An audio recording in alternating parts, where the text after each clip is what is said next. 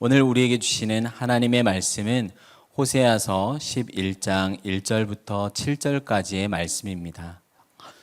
저와 여러분이 한 절씩 교독하겠습니다. 이스라엘이 어렸을 때에 내가 사랑하여 내 아들을 애굽에서 불러냈거늘 선지자들이 그들을 부를수록 그들은 점점 멀리하고 바알들에게 제사하며 아로새긴 우상 앞에서 분향하였느니라. 그러나 내가 에브라임에게 걸음을 가르치고 내 팔로 안았음에도 내가 그들을 고치는 줄을 그들은 알지 못하였도다. 내가 사람의 줄 곧 사랑의 줄로 그들을 이끌었고 그들에게 대하여 그 목에서 멍에를 벗기는 자 같이 되었으며 그들 앞에 먹을 것을 두었노라. 그들은 애굽 땅으로 되돌아가지 못하겠거늘 내게 돌아오기를 싫어하니 아수르 사람이 그 임금이 될 것이라.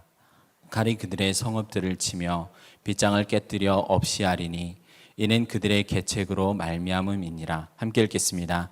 내 백성이 끝끝내 내게서 물러가나니 비록 그들을 불러 위에 계신 이에게로 돌아오라 할지라도 일어나는 자가 하나도 없도다. 우리는 계속해서 호세아서를 묵상하고 있습니다. 이 내용은 마치 법정의 재판관이신 하나님께서 이스라엘 백성을 피고석에 두고 그들의 죄악된 모습을 폭로하기 위해 그 증거를 조목조목 제시하시며 입증하는 모습 같습니다. 그래서 이 죄인은 벌을 받아 마땅하다는 결론을 내리게 됩니다. 그러나 세상의 법정과는 다른 결과가 더 있습니다. 어떤 최고의 권위보다 높으신 하나님의 공의가 드러나면서 동시에 세상에 나타날 수 없는 조건 없는 용서와 자기를 내어주는 사랑을 함께 보여줍니다. 그래서 너희는 죽어 마땅하다라는 심판과 함께 동시에 내가 너희를 살리겠다라는 구원의 계시가 나타나는 것이 이 선지서의 특징입니다. 그래서 오늘 본문에는 이스라엘의 잘못된 신앙생활을 꾸짖으시지만 내일 본문에서는 내가 어찌 너희를 버릴 수 있겠느냐 하는 하나님의 불붙는 사랑, 인간적인 표현으로는 하나님의 고민이 볼 수 있습니다. 우리 1절과 3절, 4절을 다시 함께 읽겠습니다. 이스라엘이 어렸을 때에 내가 사랑하여 내 아들을 애굽에서 불러냈거늘 그러나 내가 에브라임에게 걸음을 가르치고 내 팔로 안았음에도 내가 그들을 고치는 줄을 그들은 알지 못하였도다. 내가 사람의 줄 곧 사랑의 줄로 그들을 이끌었고 그들에게 대하여 그 목에서 멍에를 벗기는 자 같이 되었으며 그들 앞에 먹을 것을 두었노라. 아멘. 이 4절까지는 에브라임으로 대표된 이스라엘과의 과거를 하나님께서 추억하고 있습니다. 그런데 이스라엘을 누구라고 부르고 있죠? 사랑하는 내 아들이라고 하십니다. 지금까지 호세아 선지자는 하나님과 이스라엘의 관계를 주로 신랑과 신부로 묘사했었어요. 그런데 이번에는 부모와 아들의 관계로 설명하고 계십니다. 특별히 출애굽 당시 어린 이스라엘을 어떻게 사랑하셨는지를 언급하고 계십니다. 하나님께서는 당시 세상을 대표하는 애굽의 왕 바로에게 선지자 모세를 보내어 말씀하셨습니다. 이스라엘은 내 아들, 내 장자라. 내 아들을 보내주어 나를 섬기게 하라. 그러나 당시 이스라엘의 모습은 어땠나요? 애굽의 노예살이 가운데 그들의 모습은 거의 죽은 사람과 같았습니다. 마치 스스로 몸을 일으켜 앉거나 설 수 없는 아기와 같았어요. 그래서 이스라엘은 하나님의 사랑을 받기에 합당한 어떤 특별함이나 탁월함을 지닌 존재가 아니었습니다. 그런데 하나님께서는 세계가 다 하나님께 속하였지만 모든 민족 중에서 가장 작은 그리고 볼품없는 이스라엘을 자기 백성으로 택하셨습니다. 이미 그들이 태어나기도 전에 그들의 조상들과 하셨던 약속대로 무조건적인 사랑과 능력으로 출애굽을 이루셨습니다. 3절을 보면 아직 걸음마를 떼지 못한 자녀가 한 걸음 한 걸음 내디딜 때 그 손을 잡아주는 부모처럼 광야길을 동행하셨습니다. 또한 나 발 아파요 하면 마치 팔로 안아주시고 때론 어깨 위에 올려서 동행해 주셨습니다. 이 모습을 성경에서 하나님께서는 사람이 자기 아들을 아음같이 너희 하나님 여호와께서 너희 행로 중에 너희를 아느사 이곳까지 이르게 하셨다라고 말씀합니다. 또한 이 출애굽은 내가 너희를 마치 독수리 날개로 자기 새끼를 업어 나른 것과 같다고 하셨어요. 이뿐입니까? 매일 구름 기둥과 불 기둥으로 이스라엘을 인도하셨습니다. 그들에게 일용할 양식과 물을 주시고 여러 죽을 고비에서 건지시며 이들을 치유해 주셨어요. 그들이 애굽에서 종이 되어 마치 짐승처럼 노역을 하고 비인격적인 대우를 받았던 것과는 너무나 다르게 우리 하나님께서는 사랑의 줄로 그들을 매일매일 인도해 주셨습니다. 세상의 어느 연약한 부모가 하나님과 비교할 수 있겠습니까? 우리 하나님은 참 좋은 아버지이셨습니다. 이스라엘은 비록 세계에서 가장 작고 힘이 없는 민족이었지만 하나님께서 함께 하시자 지혜와 지식이 있는 큰 나라 사람이었습니다. 그 중심에는 율법이 있었어요. 이스라엘에게 주어진 율법과 같이 공의로운 규례와 법도는 어느 시대에도 없었습니다. 그런데 이 율법의 핵심이 무엇입니까? 한 서기관이 예수님께 찾아와 모든 계명 중에 첫째 되는 계명이 무엇인지를 묻자 예수님께서는 답변하셨습니다. 우리 마가복음 12장 29절 30절을 읽어보겠습니다. 예수께서 대답하시되 첫째는 이것이니 이스라엘아 들으라 주 곧 우리 하나님은 유일한 주시라 내 마음을 다하고 목숨을 다하고 뜻을 다하고 힘을 다하여 주 너의 하나님을 사랑하라 하신 것이요.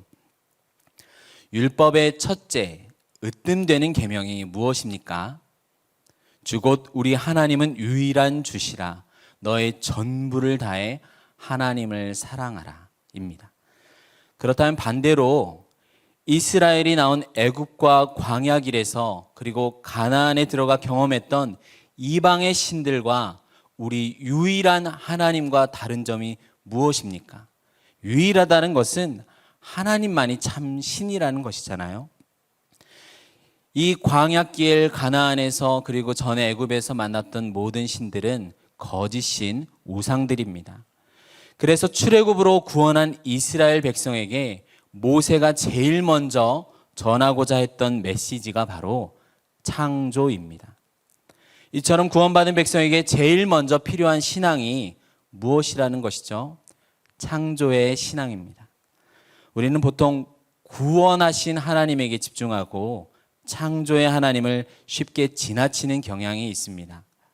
그러나 성경은 우리를 구원하신 하나님께서 바로 창조의 하나님이심을 강조하며 세상의 헛된 신들과 우상들과 차별하셨습니다. 하나님께서 하늘과 땅과 그 가운데 모든 것을 만드셨어요. 그리고 만물을 다스릴 목적으로 남자와 여자를 자기 형상으로 만드셨다는 것에 우리 사람의 위치와 사명이 있습니다. 그런데 이 율법의 가르침대로 이스라엘은 잘 살았을까요? 오늘 2절을 함께 읽겠습니다. 선지자들이 그들을 부를수록 그들은 점점 멀리하고 바알들에게 제사하며 아로새긴 우상 앞에서 분향하였느니라. 모세를 비롯한 선지자들은 계속해서 선포했습니다. 모든 권세를 가지고 세상을 창조하신 하나님께서 너희를 구원하셨다. 이제 너희는 하나님의 뜻인 율법대로 하나님만을 참 신으로 섬기고 말씀에 순종할 때 약속된 복을 받아 세상을 향해 그 영광의 빛을 드러낼 제사장 나라다라고 말하고 또 말했습니다. 그러나 이스라엘은 선지자들을 멀리하고 또 배척하기까지 했습니다. 모세를 향해 백성들은 들고 일어섰죠.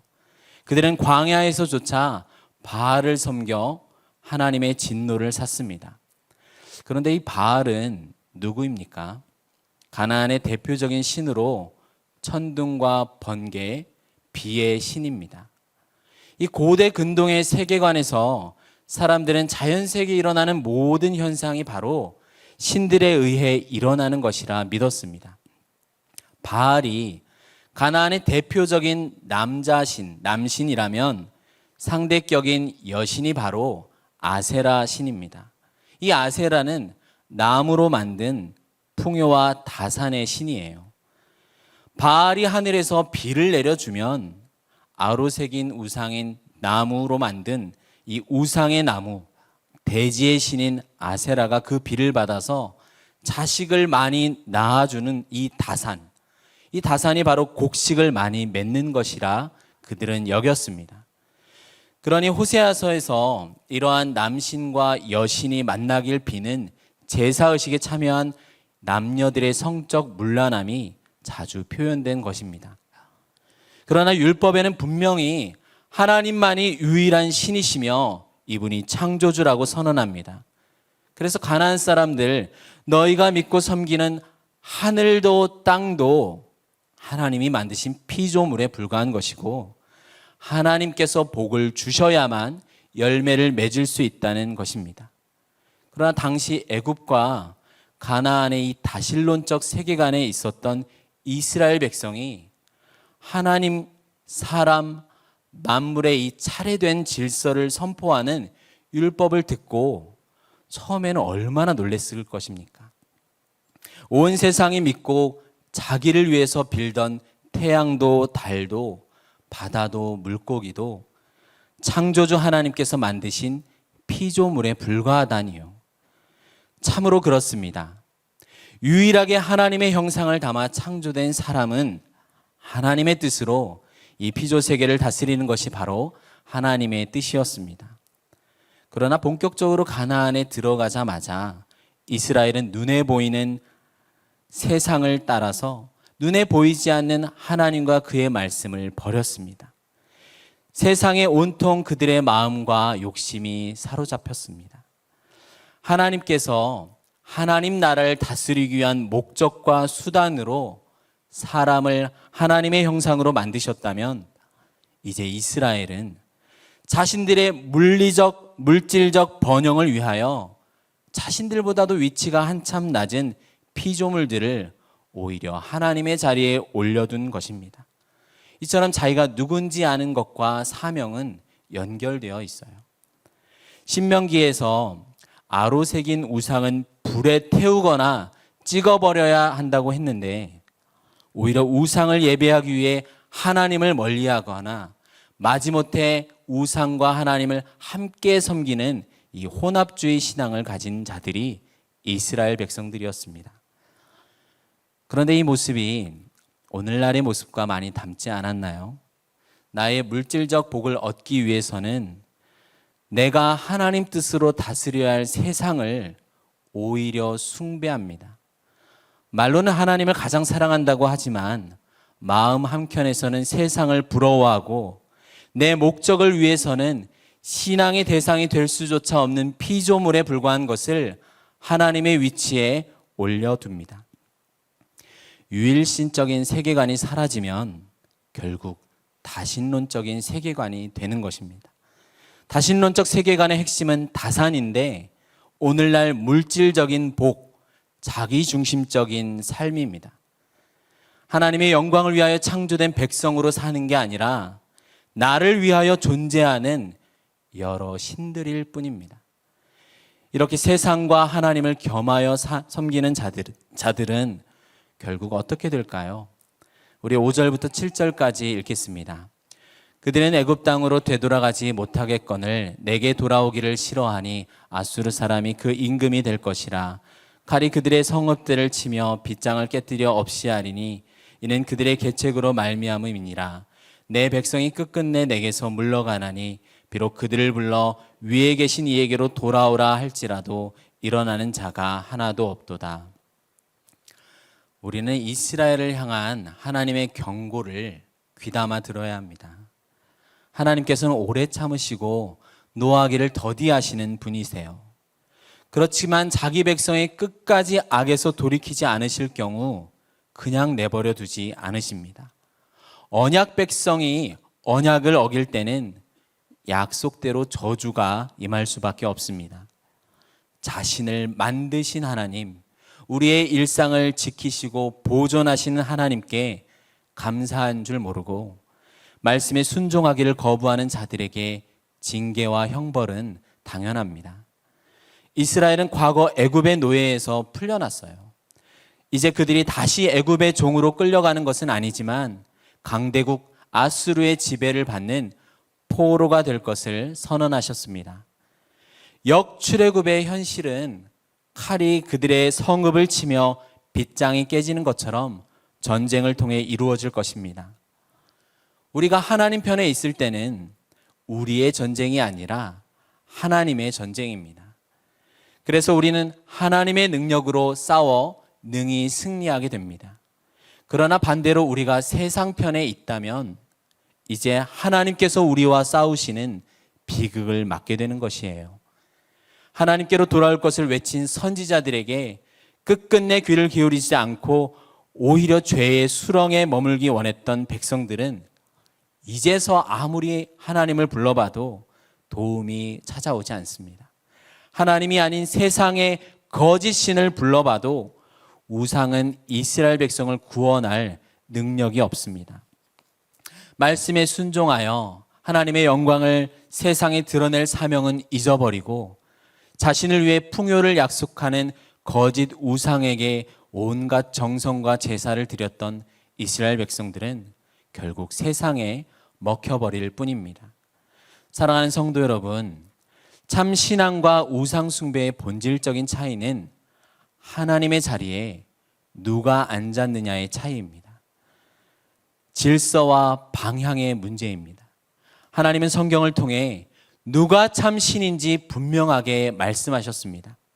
나를 위하여 선택하는 모든 행동과 마음에서 우리는 돌아서야 합니다. 하나님은 이 세상의 기초가 놓이기 전부터 아무 선을 행하지 않았던 우리를 자녀로 선택하셨습니다. 나에게 어떤 하나님을 기쁘시게 할 가능성과 탁월함이 있어서 우리를 사랑하신 게 아니라 연약하여 우리가 아직 죄 가운데 있었을 때 우리를 사랑하셔서 구원하셨습니다. 그러나 이 구원의 하나님은 동시에 창조의 하나님입니다. 창조의 하나님에게서 멀어지면 피조된 세상을 신으로 섬기는 혼합된 우상 숭배를 하는 것입니다. 하나님께서는 오늘 본문 1절에서 과거 출애굽의 내용을 떠올리시는 것이 마치 지금은 말 안 듣는 자녀의 어린 시절 사진을 보면서 아유, 그래도 이때는 참 예뻤는데 하며 추억에 잠기시는 것이 아닙니다. 하나님께서는 시간이 지나면 사랑이 식고 변해버리는 우리와 같은 변덕스러운 존재가 아니세요. 그래서 예수 그리스도를 통해 온전한 출애굽을 기대하고 계셨음을 이 1절을 통해서 미리 보여주는 것입니다. 하나님께서는 우리 안에 창조의 사랑을 만들어내실 수 있는 분이십니다. 왜냐하면 나중에 마태복음 2장에서 오늘 본문 1절을 인용하시는데 마치 이스라엘을 애굽에서 이끌어내신 것처럼 예수 그리스도께서 자기 백성을 죄와 사망의 자리에서 구원하실 메시아이심을 역사 가운데 그리고 믿음 안에서 우리 가운데 이루셨습니다. 이스라엘이 지키지 못한 사명은 이제 교회인 우리에게 주어졌습니다. 살아계신 하나님께서는 지금도 온 세상과 우주와 역사를 다스리고 계십니다. 이것을 인정하는 신자들만이 자신과 세상을 하나님의 자리에 올려두지 않을 수 있습니다. 삶의 모든 자리마다 하나님의 주권을 인정하고 말씀대로 가르치며 살아가는 것이 바로 성령께서 우리를 통해 하나님 나라를 완성하는 주님의 사역입니다. 그리스도의 보혈을 통해 전에는 잠시 있다 사라질 세상의 집을 건설하는 자였지만 이제는 영원한 하나님 나라의 집을 건설하는 자로 우리 모두를 부르셨습니다. 그러나 우리의 힘과 지혜로 이루어가지는 않으십니다. 그리스도의 부활 생명의 능력을 성령께서 우리에게 적용하시어 이 일을 이루실 것입니다. 이제 본격적으로 다음 주면 이제 각 순 예배가 시작될 텐데요. 복음이 중심되어 나누어지는 모든 예배와 삶의 자리마다 우리가 가지고 있던 이 세상의 세계관은 무너지고 하나님의 나라가 우리와 가정과 직장 위에 세워지기를, 그래서 하나님께서 영광 받으시기를 주님의 이름으로 축원합니다. 기도하겠습니다. 하나님 아버지, 멸망받을 수밖에 없었던 저희를 예수님의 보배로운 피로 우리를 사서 자녀 삼아 주시고 매일의 삶을 인도하셔서 장성한 그리스도의 형상으로 빚어가심에 감사를 드립니다. 우리에게 베푸신 구원과 수많은 복을 잊지 않고 주님의 부르신 목적대로 우리를 주께 드리는 삶이 되게 하여 주옵소서. 예수님의 이름으로 기도드립니다.